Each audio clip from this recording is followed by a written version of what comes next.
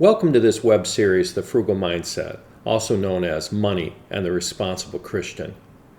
We're in the perspective section of the webinar, and in this episode, we're going to discuss poverty. What is it to be poor?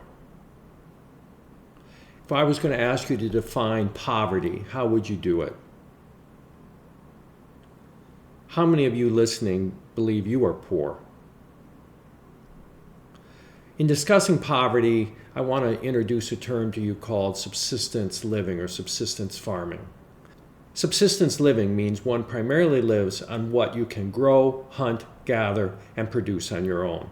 That's as opposed to a market economy where you specialize in one or more pursuits and trade your expertise or product with others for their expertise or product. A culture will always be wealthier when there is a market economy as opposed to most people living a subsistence lifestyle. Now I want to talk about poverty in the historical context for a minute. From the beginning of time, whether you believe it to be 6,000 years ago or a few million years ago, until approximately the 19th century, 90 to 95% of all people lived a subsistence lifestyle. It was the Industrial Revolution that finally changed that, and the Industrial Revolution certainly had its own problems. Even today, in the modern world, approximately 25% of all people on Earth are still engaged in subsistence living.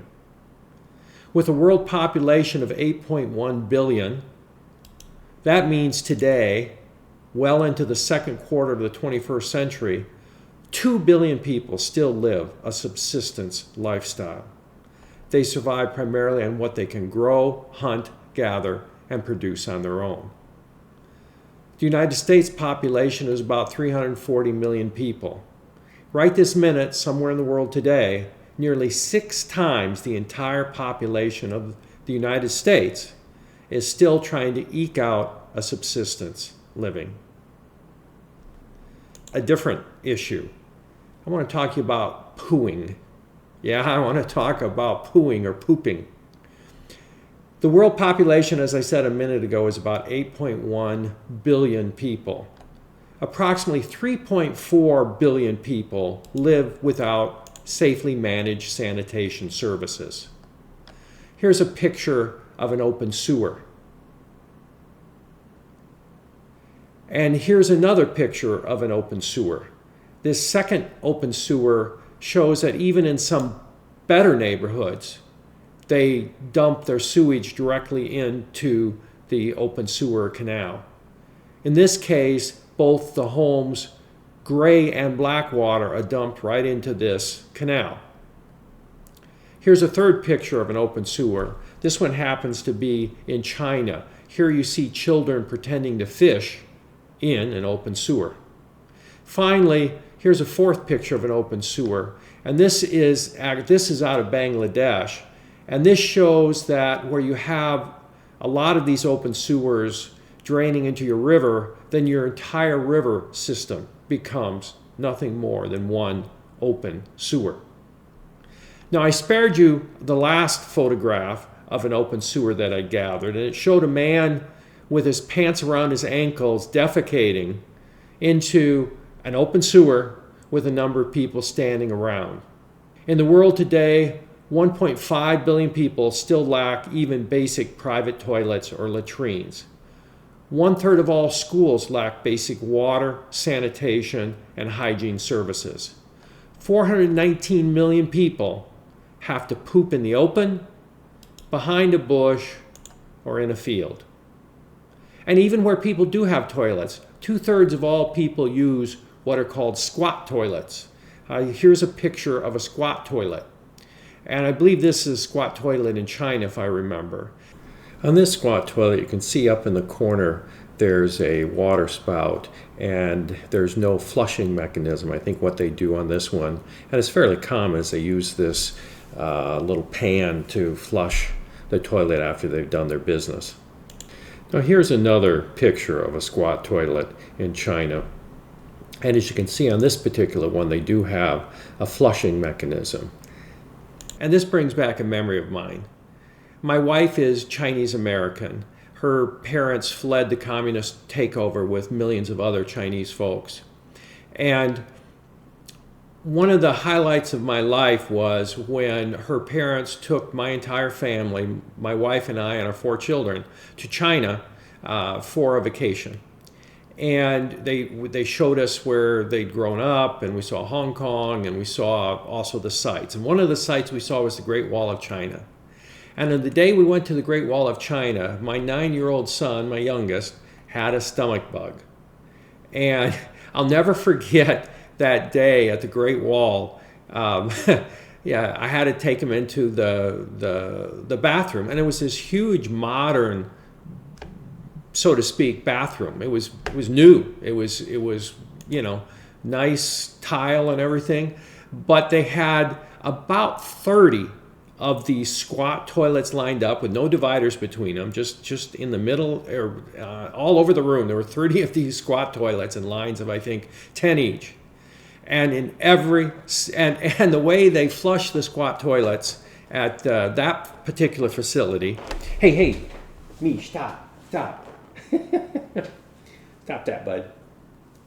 And the way they sorry for that. And the way they flushed the squat toilets was they used a hose, and they would just move the hose around and flush it. We must have been in between whatever time of day they would normally flush it, because there was literally a pile of poop in every single one of the squat toilets. And my son had no choice, and me being at least a reasonably decent father, I went with him and kind of held him as he did his business in that squat toilet situation. All right, let's talk about income for a minute. World poverty statistics. Today, over half of the world's population lives on $6.85 or less per day. So over 4 billion people in the world live on $6.85 or less per day. In the United States, the federal minimum wage is $7.25 per hour. So half the world's population lives daily on the same amount of money as the federal hourly minimum wage in the United States of America. People who study these things have another term they call extreme poverty. And extreme poverty is defined as somebody living on $3 or less per day. $3 or less per day. Now I want to talk for just a second about inflation-adjusted numbers. As recently as the year 1800, 80 to 95% of the world's population lived in extreme poverty. In 1990, there were about 2 billion people, or 36% of the world's population, living in extreme poverty. Thanks largely to globalization and related industrialization around the world, today only about 800 million people live in extreme poverty.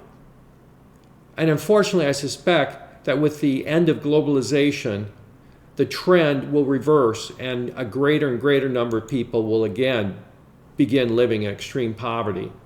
And I also suspect there will be famine and such in the next 10, 20 years. Of course, in America, we have a different standard. In America, 11 to 13% of our population lives in what we call poverty.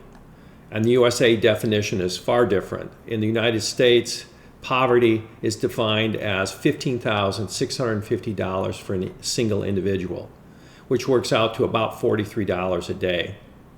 So the world standard is $6.85 per day, and the US standard is $43 per day. I hope you all feel wealthier than you did 10 minutes ago. Now let's talk about another American term, deep poverty. Deep poverty is defined as those living at 50% or less of the poverty line, which works out to a little under $8,000 for a single person. And 5.2% of all Americans live at or below that deep poverty number. That works out to almost 18 million Americans. Now I have a friend back in Montana, a pastor who I like very much, and he's a very bright guy and brilliant sermons. But anyway, Pastor Scott always would talk about God's economy and how God's economy is so different than our economy. And I want to talk about a few biblical passages about God's economy and God's concept, or God's thoughts about poverty. First, let's look at James 2, verse 5. Listen, my beloved brothers, has not God chosen those who are poor in the world to be rich in faith and heirs of the kingdom, which he has promised to those who love him? And Psalm 37:16, better is the little that the righteous has than the abundance of many wicked. Revelation 2:9, which was a message to the church at Smyrna.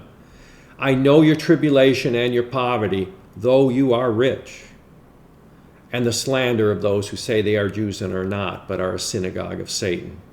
And finally, James 1:9 through 10. Believers in humble circumstances ought to take pride in their high position, but the rich should take pride in their humiliation, since they will pass away like a wildflower. Now, in the next segment, we will discuss the other side of the coin, wealth. Thanks for listening.